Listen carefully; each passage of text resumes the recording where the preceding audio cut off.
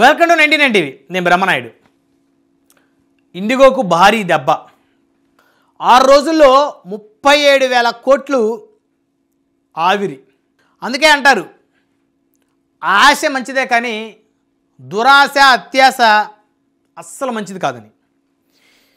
అయితే తాజాగా ఇండిగో ఉదంతంతో ఈ సామెతలో నిజమెంతనదే అందరికీ అర్థమయ్యేలా చేసింది.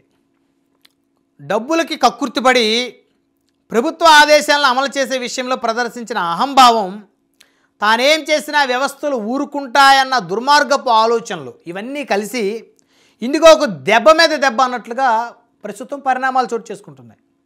విమానాలు ఆపేశారు వాళ్ళు. ప్రజలు చాలా ఇబ్బంది పడుతూ ఉన్నారు. సో చాలా దురదృష్టకరమైన పరిస్థితి ఇది.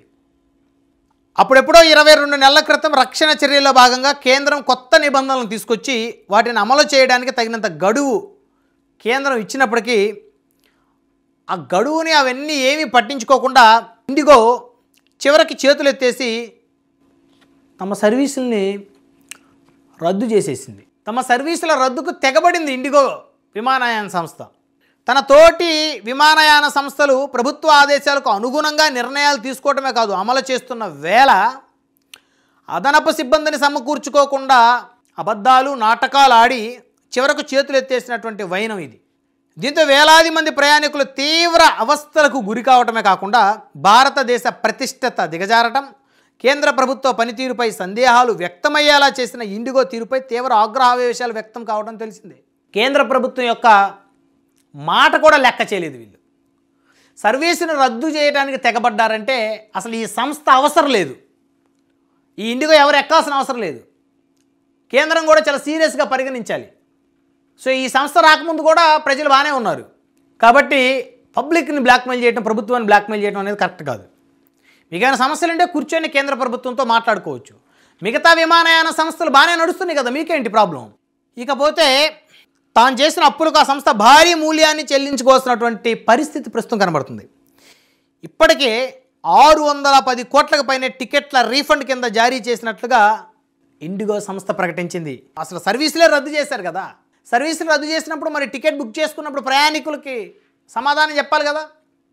సో అందుకని 610 కోట్లకు పైగా టికెట్ల రీఫండ్ కింద జారీ చేసిందంట ఇండిగో. చేసినట్టు తామే ప్రకటించారు అధికారికంగా.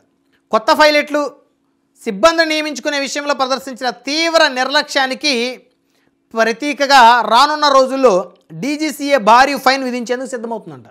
మరి తప్పదుగా భారీ మూల్యం. ఇప్పటి వరకు 5,000కు పైగా ఇండిగో సర్వీసులు రద్దు కావటం, పరిస్థితిని చక్కదిద్దేందుకు కేంద్ర విమానయాన సంస్థ కొంతమేర నిబంధనల్ని సడలించినా రానున్న రోజుల్లో మాత్రం ఈ ఇండిగోకు పెద్ద దెబ్బ పడటం ఖాయం అనేటువంటి అభిప్రాయం ప్రజల్లో భారీగా వినిపిస్తుంది. మేధావుల్లో భారీగా వినిపిస్తుంది, అధికారుల్లో భారీగా వినిపిస్తుంది, ప్రభుత్వ వర్గాల్లో భారీగా వినిపిస్తుంది. ఇండిగోపై ప్రధాని ఫస్ట్ రియాక్షన్ ఈ వాదనకు బలం చేకూరేలా డీజీసీఏ ఆదేశాలు రానున్న రోజుల్లో ఉంటాయని చెప్తున్నారు. ఫిబ్రవరి వరకు రోజువారీ విమాన సర్వీసులను తగ్గించుకోవాల్సిందిగా ఇండిగోని ఆదేశిస్తారని చెబుతున్నారు. అది పరిస్థితి. ఫిబ్రవరి వరకు రోజువారీ విమాన సర్వీసులను తగ్గించుకోవాల్సిందిగా ఇండిగోని ఆదేశిస్తారని చెప్తున్నారు. అదే నిజమైతే ఆదాయపరంగా ఇండిగోకు భారీ నష్టం వాటిల్లుతుంది. మరి మీకు నచ్చినప్పుడు నడుపుతాము, మీకు నచ్చనప్పుడు ప్రభుత్వాన్ని బ్లాక్మెయిల్ చేయడం కోసం సర్వీసుల్ని రద్దు చేసే దానికి తెగబట్టడం అనేది చాలా దురదృష్టం. అయితే ఇప్పటి వరకు దాదాపు 5,000కు పైగా ఇండిగో సర్వీసులు రద్దు చేశారు. అయితే పరిస్థితిని చక్కదిద్దేందుకు కేంద్ర విమానయాన సంస్థ కొంత మేరకు వారి నిబంధనలు సడలించినప్పటికీ కూడా ఖచ్చితంగా భవిష్యత్తులో పెద్ద దెబ్బ అయితే ఇండిగో మీద పడుతుంది. ఇండిగోపై ప్రధానమంత్రి గారు కూడా చాలా సీరియస్గా ఉన్నారు. ఇక ఫిబ్రవరి వరకు రోజువారీ సర్వీసును తగ్గించుకోవాల్సిందిగా ఇండిగోను ఆదేశిస్తారని కూడా చెప్తున్నారు. అదే నిజమైతే ఆదాయం పరంగా వేల కోట్లలో భారీ నష్టం వస్తుంది ఇండిగోకి. దీనితోడు సంస్థ క్రెడిబిలిటీ, ఏ సంస్థకైనా ప్రతిష్ట చాలా ఇంపార్టెంట్. పరపతి, వీటి మీద ఆల్రెడీ ప్రస్తుతం నీళ్ళ నీడలకు అమ్ముకుంటున్నాయి. మరి మళ్ళీ రద్దు చేస్తారో ఉంచుతారో తెలియదు కదా.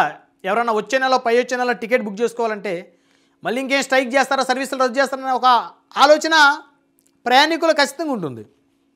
అయితే డిమాండ్కు అనుగుణంగా ఇతర విమానయాన సంస్థల సర్వీసులు పెంచాల్సిందిగా కేంద్రం ఆదేశిస్తుందని చెప్తున్నారు. ఇవన్నీ ఇండిగోను దెబ్బతీసే పరిణామాలుగా చెప్తున్నారు. ఇదిలా ఉంటే తాజాగా మూడీస్ రేటింగ్స్ అంచనాలో ఇండిగోకు భారీ దెబ్బ పడింది. ఇటీవల చోటు చేసుకున్న పరిణామాలన్నీ సంస్థ రుణ రేటింగ్కు ప్రతికూలంగా మారనున్నట్లుగా మూడీస్ అంచనా వేస్తుంది. నూతన నిబంధనల అమలు నుంచి ఇండిగోకి తాత్కాలిక ఉపశమనం కలిగినప్పటికీ దీర్ఘకాలంలో మాత్రం ఆ సంస్థకు ఎదురయ్యే సవాళ్ళు చాలానే ఉంటాయన్న అభిప్రాయాలు వ్యక్తమవుతూ ఉన్నాయి. ఇదిలా ఉండగా గడిచిన 6 రోజుల్లో ఇండిగో షేరు మార్కెట్లో 16.4% క్షీణించింది. చిన్న విషయం కాదు. 16.4% షేర్ మార్కెట్లో క్షీణించడం అంటే చాలా దెబ్బ ఆర్థికంగా. ఇండిగో పేరు స్టాక్ మార్కెట్లో ఇంటర్ గ్లోబ్ ఏవియేషన్ పేరుతో నమోదు కావడం తెలిసిందే. సోమవారం బీఎస్సీలో ఈ షేరు 8.28% నష్టపోయింది. ఒక దశలో ఈ షేరు 4,842,000 కనిష్ట స్థాయికి చేరుకొని అనంతరం 4,926 వద్ద ముగిసింది. గడిచిన 6 ట్రేడింగ్ రోజుల్లో 16.4% షేరు ధర క్షీణించింది. దీంతో దీని మార్కెట్ విలువ 37,000 కోట్ల మేర ఆవిరైపోయింది. మరి సర్వీసులు ఆపుకొని కూర్చుంటే మరి ఆర్థికంగా భారీ మూల్యం చెల్లించుకోవాల్సిన పరిస్థితి ఆ సంస్థ. ఇలా ఒకటి తర్వాత ఒకటి చెప్పున తగులుతున్న దెబ్బ మీద దెబ్బల నుంచి ఇండిగో సంస్థ తన పూర్వ వైభవాన్ని సంతరించుకోవడానికి చాలా సమయం పడుతుందనేటువంటి వాదన బలంగా వినిపిస్తుంది. మరేం జరిగిందో ఏం జరుగుతుందో కాలం మరింత బాగా చెప్పడంతో పాటు పలు కార్పొరేట్ కంపెనీలకు ఇండిగో ఉదంతం ఒక చక్కటి ఉదాహరణగా మారుతుందని మాత్రం చెప్పక తప్పదు. చాలా కార్పొరేట్ సంస్థలు ఇప్పుడు ఈ ఇండిగోకి 37,000 కోట్ల మేర ఆవిరైపోయింది. సో అది ఎంత నష్టం? ఆ నష్టం అంతా భర్తీ అవ్వాలంటే ఎన్ని నెలలు పడుతుంది, మళ్ళీ ఎన్ని సంవత్సరాలు పడుతుంది? క్రెడిబిలిటీ పోయింది సంస్థది. టికెట్లు బుక్ చేసుకున్న వాళ్ళందరూ రోడ్డు మీద వేశారు. ఎన్నో ఎమర్జెన్సీ టికెట్స్ ఉంటాయి. సో ఇండియా నుంచి ఆస్ట్రేలియా, ఇండియా నుంచి అమెరికా, మరి అమెరికా నుంచి ఇండియా, ఇట్లా ఒక దేశం నుంచి మరొక దేశం వెళ్ళేటువంటి ఆ క్రమం చాలా ఇది దురదృష్టం. ఎమర్జెన్సీకి వెళ్ళాల్సిన ప్రయాణికులు అందరూ ఇబ్బంది పడినట్టే. సో కాబట్టి ఈ ఇండిగోకి అయితే భవిష్యత్తులో భారీ మూల్యం చెల్లించుకోక తప్పదు.